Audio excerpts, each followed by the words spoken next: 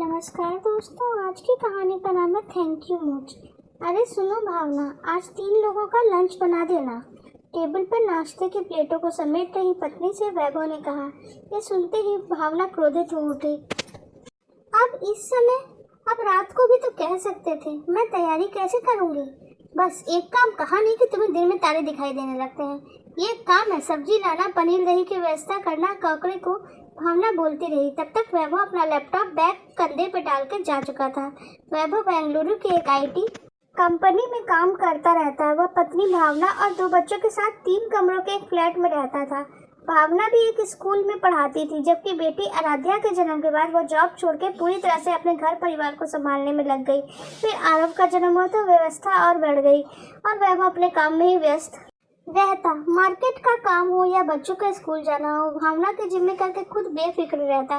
यदि भावना से कोई भूल हो जाती तो तुरंत उसे उठाना देता कि इतना छोटा सा काम भी तुमसे नहीं होता, दिन भर घर में करती क्या हो। सुनकर भावना बहुत आहत हो जाती। भावना की सास सुलभा जी जब आती तो बेटे को समझाती कि भावना को घर बाहर बच्चे सभी देखने होते हैं, तो अपना काम उसे पहले बता दिया कर, तो उसके लिए मैनेज करना आसान होगा।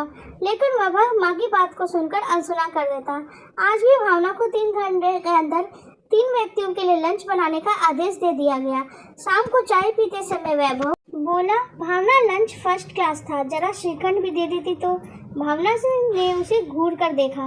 एक दिन साफ करते हुए स्टूल से गिर गई भावना। उसके पैरों में मोच आ गई। डॉक्टर ने चेकअप करके बताया कि उसे पूरा आराम करना है। वैभव ने कहा, नो टेंशन, मैं सब मैनेज कर लूंगा, तुम बस बैठे बैठे देखना कि मैं कैसे चुटकियों में उंगली से चुटकी बजाते हुए उसने मुस्कुराकर भावना को देखा और चाय बनाने के लिए किचन में चला गया।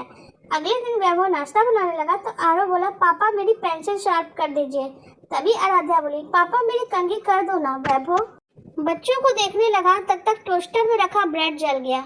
जैसे तैसे ऑफिस पहुंचा तो इनकम्प्लीट वर्क के लिए बॉस की डांट सुननी पड़ी। इसी बीच आराध्या के टेस्ट आ गए तो उसकी परेशानी और भी बढ़ गई। मेड तो झाड़ू बर्तन पोछा करके चली जाती, लेकिन ब्रेकफास्ट बनाने, बच्चों को तैयार करने और मार्केट से सामान लाने के बाद ऑफिस देर से पहुंचता। एक दिन जब बॉस उस पर फायर हुआ तो वो बोला, सॉरी सर, मेरी वाइफ बीमार है इसलिए।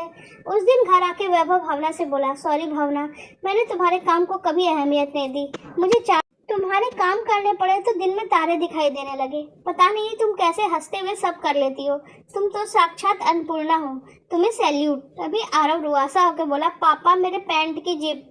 वैभव को हंसी आ गई। भावना ने मुस्कुराते हुए अपने पैर को सहलाया, जैसे कह रही हो, थैंक यू मोच। आपको हमारी ये कहानी कैसी लगी कमेंट सेक्शन में जरूर बताइएगा। वीडियो को लाइक कर दीजिएगा और चैनल को सब्सक्राइब कर लीजिएगा।